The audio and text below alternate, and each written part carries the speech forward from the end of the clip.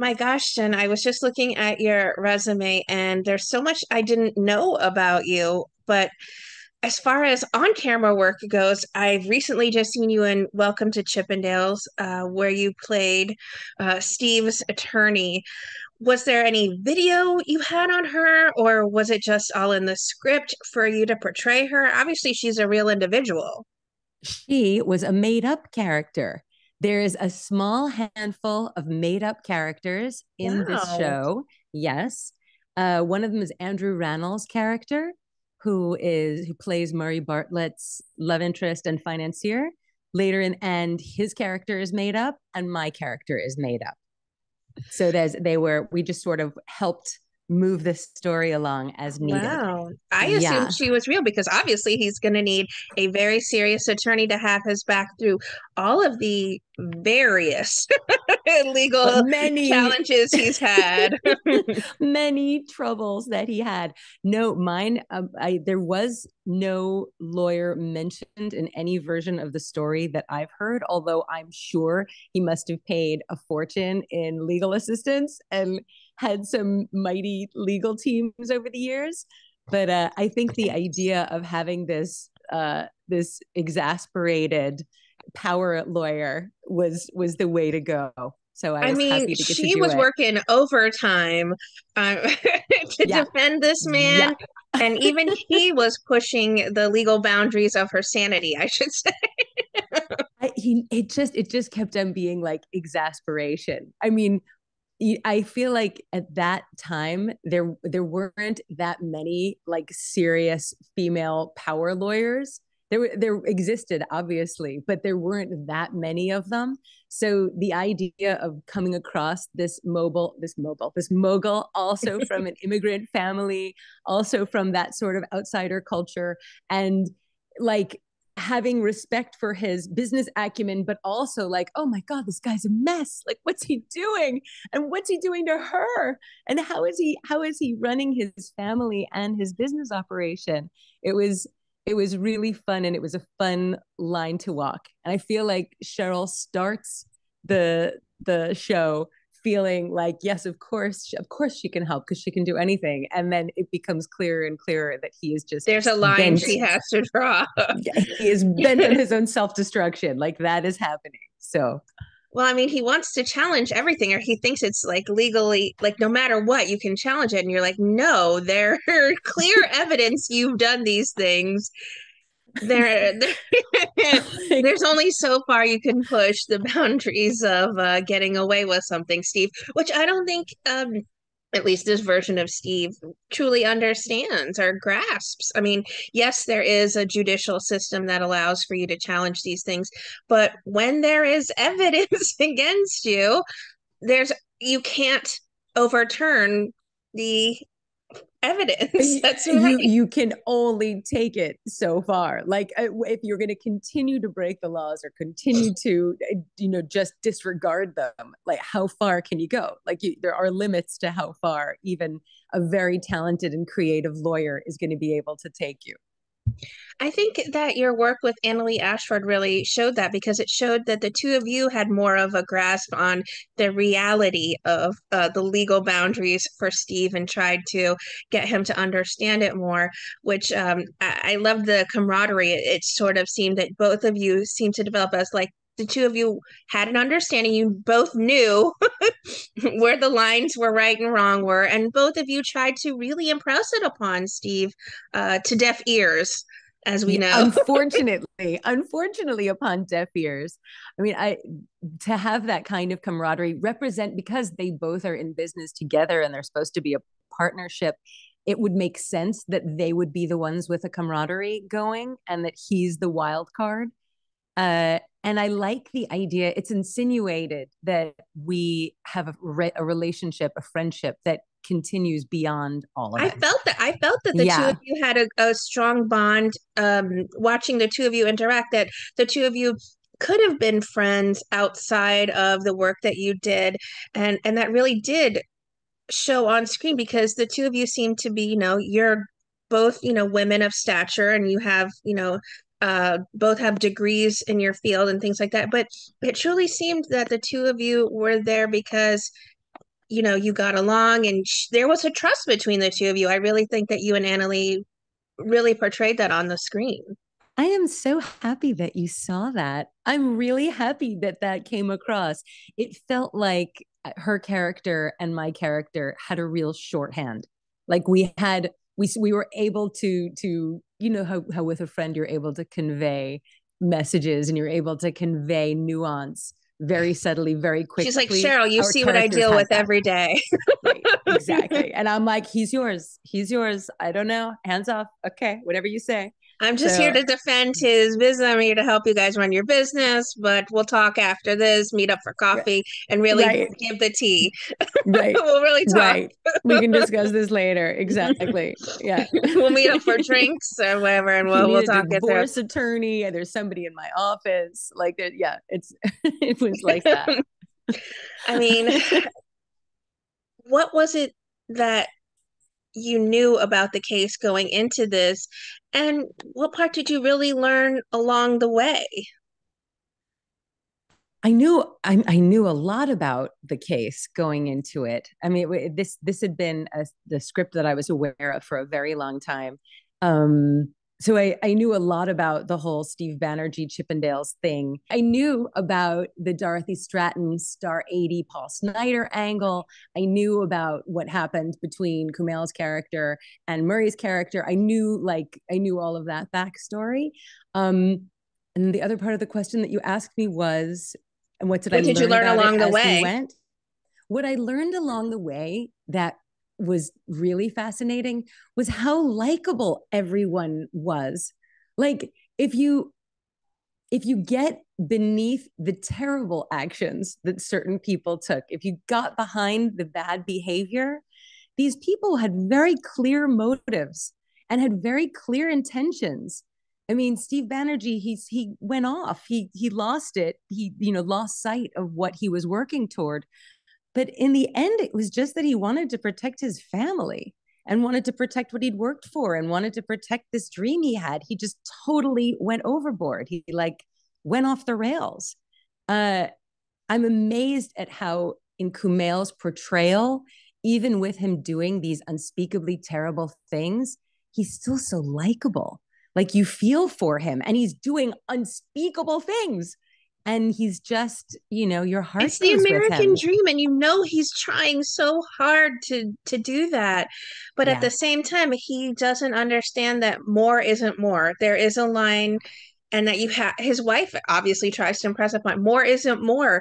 You have to be happy with a beautiful family. You have a, she almost like shakes him. She says, repeat after me. I Yep. have a beautiful wife that I love, and I have a nice Yep. house and a beautiful family. But even that isn't enough. I think he just didn't feel seen still, no matter how successful he got. And that was more important to him, is to be seen. And to him, that meant I'm the face of Chippendales no matter what. I'm the genius behind this. I deserve all the credit. I deserve as much of the income as I can get, and so Mm-hmm. forth. But I do love that Annalie Ashford as Irene really grounds him, or at least attempts to, as Attempts much as to. you can, with someone who I guess sort of has a narcissistic aspect to their personality. That's what I interpret. But Kumail just is You a genius with this portrayal. isn't he? I know. You really hit it on the head. Rob, who created the series, the working title for the project was More, More, More. Like that disco song. Yeah. More, more, more. That was the How do you like? so like it. How do you like it? More, more, more. And that's exactly it. Like he just needed more. He needed more. He needed more validation. He needed more money. He needed more properties. He needed more credit. Like, and just there was no point where it was enough. Like If he only had therapy no, was a bigger deal back then. tell me about it. Tell me about it. Right? If anyone needed therapy bad. Oh, it's so sad. uh, Yeah, and Annalie was incredible. Very little is known about Steve Banerjee's wife. Like very, yes. very little. There's so few facts, and I don't even think there are any pictures of her. So they really, with the very few facts they had, cobbled together the rest of the picture of her. And Annalie did just a brilliant job. And she and Kumail had such incredible chemistry. I mean, they were just amazing together.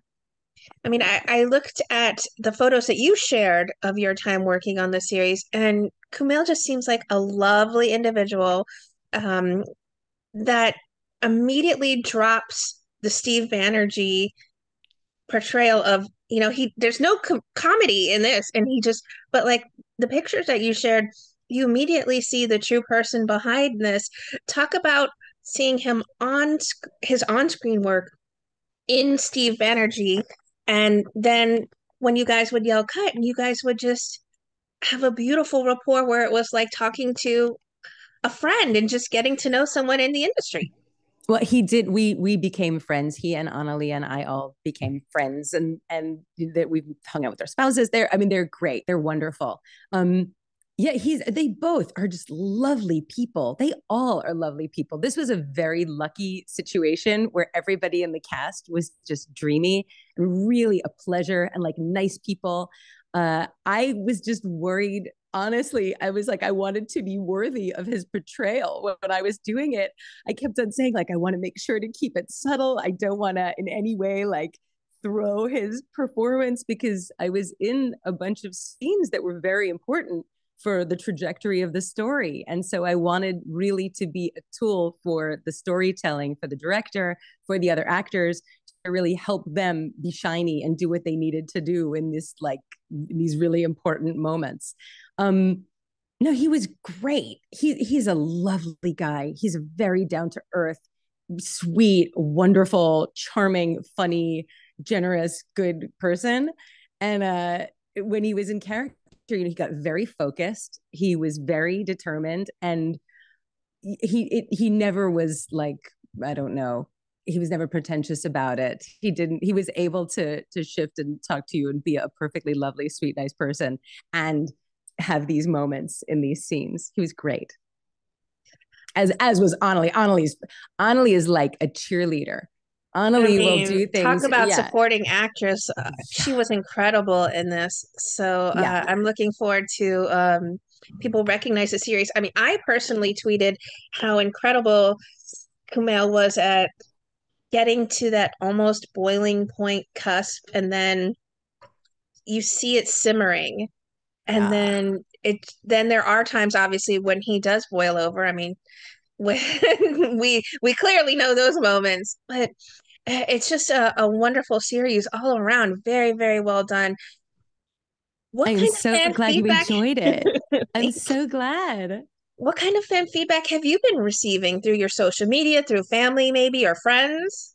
Absolutely amazing. What's been fun is that in the last week or so, I've had strangers like coming up to me. I was just at the Critics' Choice Awards and I had like a couple of famous people come running up to me like, oh, you're the lawyer. You're the lawyer at Chippendales. I'm like, you're great. Thank you. It's been really nice. People love it. I think that they're surprised. I think that going into watching this show, people are shocked that it's as good as it is. I think people didn't expect it. Like they underestimated like the depth. And certainly most people going in have no idea of what the story is going to be. So when they're faced with how unbelievable the story is, how crazy the story is, and that it's based on a true story, and that the performances are as strong as they are, and the writing is excellent, I think everyone is really taken aback, and we've been getting great, great feedback on it, which has been delightful and a real pleasure. My goodness, you do have I touched on it before, an incredible body of work, and I was not aware how involved you are behind the scenes on Food Network, on various series. You're also a voice actress as well. How do you manage to your time, I should ask, between all the wonderful things you do on screen and off screen behind the scenes? Thank you. Well, okay, first, I have to tell you, I have a feeling that there are some of the production credits that aren't mine that are on my IMDb, Okay. and I should check. I was the executive producer on Big Fan, And I do produce like these live streams for gamers. I have a podcast coming out called the Metastyle Podcast, which is about new creators and creativity going into Wow. Web3. Yeah, I do a real talk advice stream for a gaming audience called Ask Bird Mom that I do usually once a month, but there have been some months that it's more than that. And I do those streams. I do styling streams. I connect gaming audiences with fashion content from global indie designers. So I do a lot of cool stuff. The gaming angle is because I do video game voiceovers. I do voiceovers for a lot of things, but my video game work has gotten very well known. So I do that as well. Basically, I'm just a fun hog, to be perfectly honest.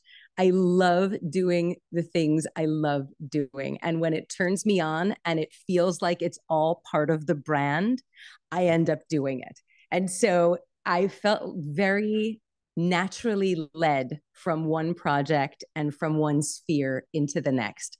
And thankfully, my life has been able to support it. Like my family life has been able to support it. I have a really great kid who loves to travel. I have a really great husband who's able to tag team, and we get to do things together and apart. Yeah, it's a lot of fun and a little confusing, and really like a cool creative career that I've managed to put together. You just have your hands in so many different things and you have so much going on. I'm incredibly impressed by the time Thank you. management, I should say, that you have for all of this going on. And you are so active in the fashion world. You mentioned with this wonderful styling that you do and the fashion things you do for, as far as podcasts and such. What are some current fashion trends that are either making a resurgent or ones that are popular now that you're excited about? Well, it's so funny. I was just talking. So I'm in the middle. So I do among the fashion forward streams I do for gamers. I do these styling streams where I will have a gamer who's having, as we go through life, we have different moments where we sort of step into a new identity. We step into our next, like whether we're in our next professional endeavor or whether we've, gone through a change in our lives of whatever it might be. And that often will call for a new version of how we want to present ourselves. And so we do these multi-part streams where we'll put together a pin board and they'll sort of have a vision board of who they want to be and what they want to look like. And then we figure out how to shop it at whatever budget level they might be at.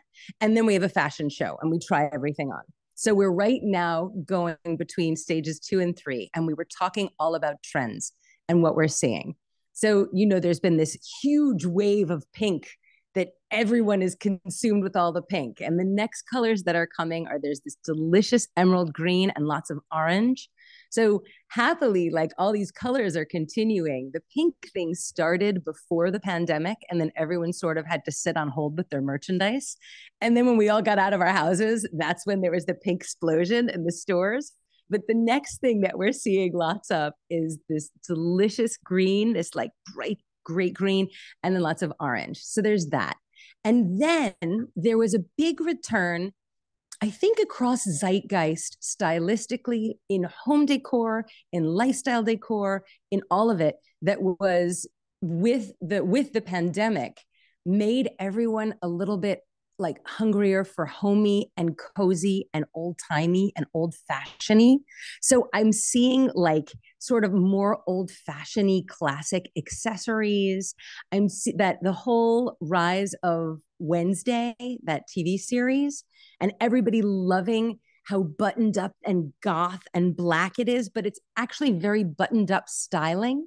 Like if you see what those bodices look like, if you see what that stylistically looks like, it's like a return to something from an earlier time, but with a slightly gothy spin. I love all of that. Like that, it's that I always know that something's gonna hit if it like hits my nose and I start twitching. I'm like, oh, that's it. Here it comes. You Everyone's have a gonna want visceral that. reaction. I do. I'm always like a style rodent. I'm like looking, I'm like, what's the cheese? Where's the thing? It's really fun for me to do that. So That was the I best love that. description, a style rodent. Fun That's hog gonna put on style your rodent. gonna be Dude, in your yeah, new bio. I love it. I'm You in. coined a Sounds phrase. good. Sure. Style rodent. Ça c'est moi. Yeah, for sure. But the other very exciting thing that I'm doing, so this came out of working on the streams and the podcast and finding creators who are doing creative things in Web3.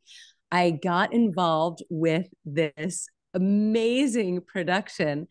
A British actor who was, sent home for COVID and wasn't able to continue with his production, with his show on the West End, started playing Grand Theft Auto, and with his kid was like, let's play for Grand Theft Auto. And his kid teaches him to play. And he says, when you're not shooting or driving or killing anyone, you're in a room as an avatar in these beautiful spaces that are facsimiles of real life, in Uh-huh. rooms with people from all over the world, and you can talk to them. Why don't I try experimenting with Shakespearean soliloquies in Grand Theft Auto and see what the hell happens? And he starts doing it. And sometimes they blow him up or shoot him or crash him with a car. But sometimes they listen and they're sort of curious and regarding him. And he starts taking videos and putting them on YouTube. And then newspapers start writing about him. Websites start writing about him. He starts winning festivals. And last summer, he did a full production from audition to full show of Hamlet in Grand Theft Auto. And it was all of these British gaming actors and me. I got to be Horatio. And so we rehearsed in GTA all Poor spring. Horatio, I knew him well. Oh, you see, oh my gosh, something is rotten in Denmark. So it was amazing. And so we did this production and a documentary was made about it. This film was made. And now we got nominated for a stage award that's being awarded at the end of the month. So I have to go to the UK it was nominated for the Innovation Award at the Stage Awards, which is like a huge honor in the UK for theater across the whole UK. So we're going to be doing more of those. And that sort of is it's the first Shakespearean production in the metaverse. It's a way to bring these communities how do you move Shakespeare into the next era? Like, this is how. Very With avant-garde, my goodness. with plane crashes and blimps blowing up, and yeah, it was great. It was really fun. I would love to look at your calendar to see how you manage everything. I just think that there's got to be time for you to sleep, Jen. When is the sleep on the I plane to missed the yoga UK? this morning. I missed yoga. I slept through it today, so I Okay. steal it where I can. Yeah. Well, what would you like to say then to everyone who are fans and supporters of the wonderful work you do, whether it's on our screen, whether it's behind our screen, whether you're podcasting, whether you're doing voice work, all of this amazing things, you've amassed a wonderful fandom. What would you like to say to the people that support the things you do? Well, first, thank you, thank you, thank you. Like, so much of what I'm doing is only possible because of this amazing fandom that I've amassed.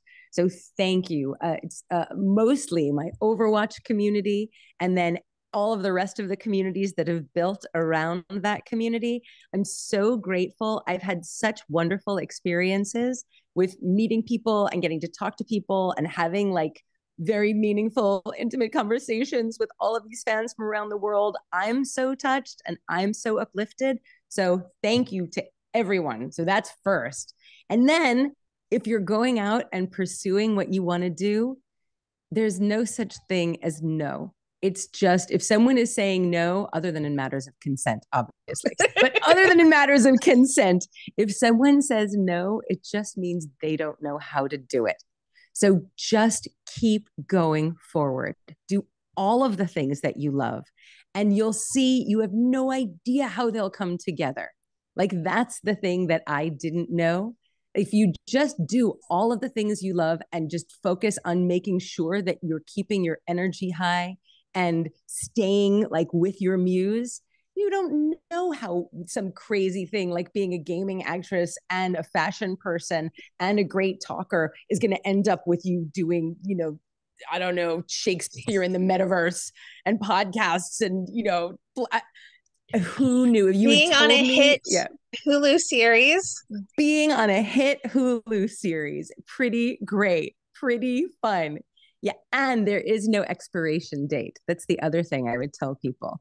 Like there's no moment that it's done. It just keeps going. You just stay curious and keep doing what you love to do and just keep watching doors open. So that's what I would tell people.